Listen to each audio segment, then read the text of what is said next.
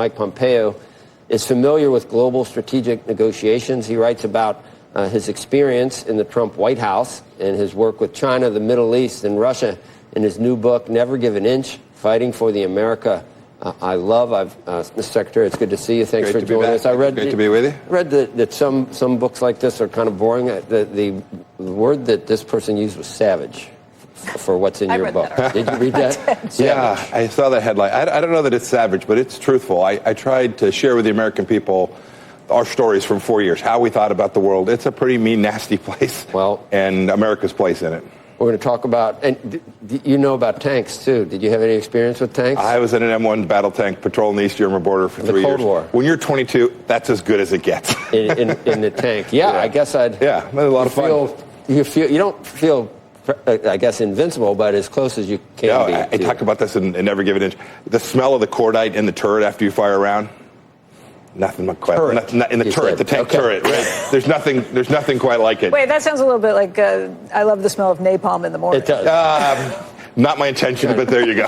So, Mr. Secretary, and it's obviously this is sensationalist, but doomsday clock, 90 seconds from midnight. I'm just using this to illustrate that we are in dangerous times. We always, the world is a dangerous place, but it seems even more so now with Putin and this war. That's unimaginable, right? We have a major land war in Europe. I'm glad the Biden administration has provided the tools the Ukrainians need. What just breaks my heart is that they weren't able to deter Vladimir Putin from doing what he's doing, and they've been slow and late. So I'm glad they're going to provide these M1 tanks, that the Germans are going to provide the Leopards. I think that's the right thing. The only way to end this is by providing them the things they need to convince Putin he's got to stop this disaster. There are a lot of people who will say that the Trump administration did much more to encourage Putin, Trump himself. Well, I'll say this. He took a fifth of Ukraine under President Obama. He didn't take an inch of Ukraine during my 4 years as Secretary of State, and within months of our departure, he went back into Europe. I can't prove it wouldn't have happened if we were still there, but here's my best evidence. It didn't happen. Putin respected us. Right? He understood. Right? We took out Qasem Soleimani. We literally pushed back on Chairman Kim. The Taliban didn't take over Kabul on our watch. Right? These are things that were just different. And you can argue about all the noise and all the craziness. In the end, look at, and what I write about in Never Give an Inch is look at the outcomes we got for the American people. I think they were unquestionably safer and created more economic opportunity for the American people than we're seeing today. Did the noise drive you nuts, though? It's tough. There's noise after my book, too. They're saying all kinds of nasty stuff. But the truth is, just put your helmet on, get back out there. This saga with the tanks in Germany does highlight how important the U.S. has been. Germany has been there to some extent, but not to the extent that we have. Do you understand the reticence on the tank issue? Why are the Leopard tanks thought to be a better fit for what they need? I think it's a better fit for a couple of reasons. Training issues, complexity issues, the capacity to actually take the equipment from hopping off the railhead where they arrive to actually being prepared to deliver their lethality in the field. I think that's it. Look, we battled with the Europeans, too. We were accused of wanting to pull out of NATO and Never Give an Inch. I talk about that. We were trying to tell them, if you depend on Russian gas for your energy, bad things will happen. And is that why they're still hesitant now at this point? Look, there's a long history with Germany, right? You think it's a former German chancellor that was in charge of one of the largest German gas companies. I mean, there's a long economic connectivity. Here we are on Squawk Box, right? This is often about economics and money. And I think the Germans for a long time thought, no, we can have it all ways. We can have economic relationships with Vladimir Putin, and he won't touch us. And the truth is, that was just a fundamental misunderstanding of their own security. Well, with Germany, it's going to get tougher for us to lead, perhaps, with some of the rhetoric from the new Republican-controlled House. We've already heard about it. And so Europe can't necessarily count on this, but they don't seem to be willing to step up to the extent that, or Germany at least, that they should. And is that all related back to what Putin, the sword of Damocles over their head with energy? Is that related? It's deeply connected to that, Joe, for sure. Look, there are voices inside of my party that think that we shouldn't be doing anything, that there aren't American interests there. I just simply disagree with that. I think there are deep American interests. When folks say we shouldn't give money to Ukraine, it's like, this is for us. We put America first in our 4 years. This is one of the critiques of my book, is that, oh my gosh, you were always just thinking about America. I think it is deeply in America's interest, our economic interest, our diplomatic interests. and our security interests to help the Ukrainians. They haven't asked for the 82nd Airborne.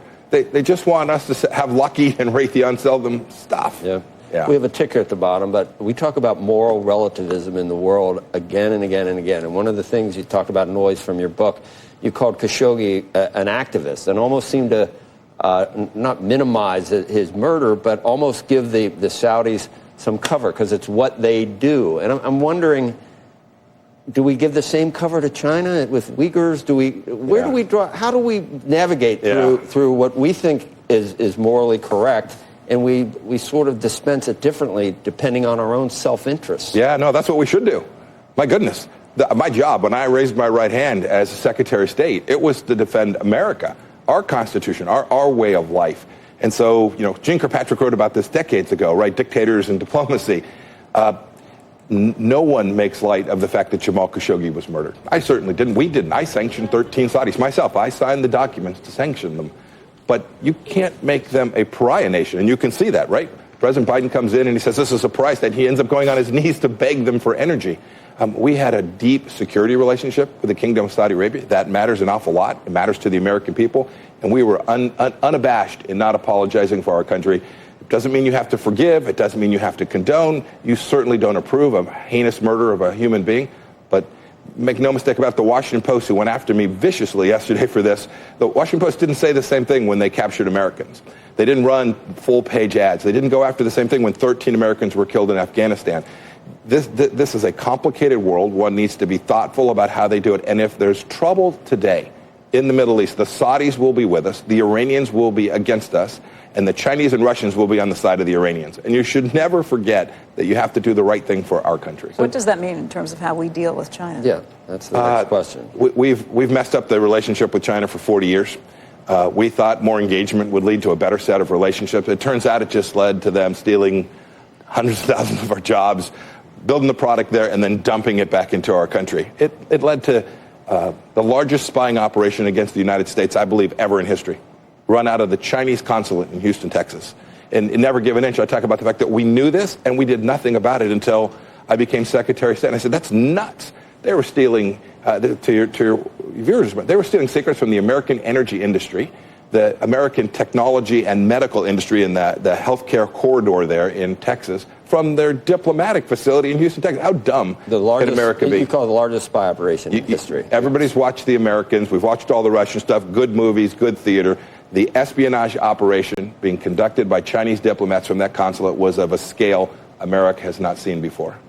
So with our relationship with China, in the old days, we'd say it was a frenemy, I guess, relationship. In terms of trade, do we now try to disengage or decouple because of their designs on leading, I guess, being the number one empire in the world in 5 years? Or it's not the Uyghurs? We don't do things because we don't like what's happening human rights-wise. We do it because of our own self-interest and what they have designs on in the next 5 years? You mentioned, Joe, human rights a couple times. I'm the one that declared the Uyghurs was genocide against a set of Muslims inside of that country. As a Christian evangelical, I'm for religious freedom everywhere and always. America's relationship with China should depend on the behavior of the Chinese Communist Party. And today, they're trying to destroy our way of life. They want our kids and grandkids to live in a country that is Marxist, Leninist, their ideology, and with a renminbi as the core currency. And we can't let that happen. And so that means lots of things we have to do that are fundamentally different. The full throttle, engage, build more commerce, help them build factories in China just doesn't work for the American people. And we've got to create an idea of reciprocity in the relationship with them. And when we do, we'll push back. They've got lots of economic problems, lots of demographic challenges. I'm confident we'll prevail. But they've been in economic war with the United States for 40 years. For 40 years. And we just turned the other cheek, Joe. If you're a multinational company that we cover all the time here, what is your approach to China at this point? Less relationship with, less business with? Yes, less relationship, less political risk. We know the big companies had to take write-offs in Russia because of what happened in Russia. That pales in terms of the American investment sitting on the ground inside of China today. And the political risk is greater. So you would tell U.S. companies they better start pulling out of China and And I would, and Becky, you should know they're doing it already. They can see it. They're diversifying, and that's the answer. By the way, I don't fault some of them. You know, America's big. We're here in New York City. America's biggest financial institutions have massive operations inside of that country. I don't fault them for putting them. We encourage that. The U.S. government encouraged that for decades, but the reassessment has to take place. This fundamental reshaping of the economy of the world on a model that protects the U.S. dollar and our economy is essential. Would you punish U.S. companies that do business there? Like, how would you handle that message being sent? So on the things that really matter, where places you can't ever give an inch, I talk about this in the book. Think about semis, think about AI, think about our technology, think about the fact they're in our universities inside the gates. Those are the things you begin to fix. And when you do that, American companies will come to see it's in their best economic self-interest not to have so many eggs in the Chinese Communist Party's basket. Are you going to get caught up in DocuGate? Are you surprised that... I'm very surprised that they were in Indiana. Yes, in the vice president's home. They're all different situations. We hear that, and depending on where you stand, you either one's important, one's not. But what it does seem to have done is taken maybe some of the focus off of former President Trump to the point where he's up 20 in some of these polls now on DeSantis. Is he going to be, you might run. Are you considering it? Susan and I are praying, trying to figure out what's next for us in life. Yes, Joe. Does this latest incident, there are multiple incidents, does it resurrect the former president to some extent in his eyes? If that was what people were looking at to decide he can't be the next, can't be president? I don't know. I don't think folks were really focused on that, trying to sort out who was going to be the next president. I think New Hampshire's in a year. No, but I mean, I don't think they're looking at these documents as the sine qua non of whether he's going to be the nominee. I'd say this. From my perspective, the reason documents are classified is because this information ought not to be in public. That means each of us who handles classified information should do everything we can to make sure it's in the right place. If you find it in the wrong place, put it back where it goes. Apologize. Make sure you know. Be transparent with the American people. By the way, also for leaders, take accountability. If there's documents that you find, say, nope, I did it, I screwed it up, I messed it up. And this, we won't read about Mike Pompeo ever. Don't say I don't have regrets. Right. Now, I would regret it deeply. I suppose it's possible that 5 years ago when I was a House member, I put a document in the wrong place. If so, I apologize, get it right. And if we did damage to American security, I am terribly sorry. It's not political. It's about American security. Hold no punch. So savage. I may have to read more. You should. There's some good stories. There's a foreword by my son. It's a good book. Very good. Mr. Secretary Pompeo, thank you. Thank you very much. Great to be with you. There it is.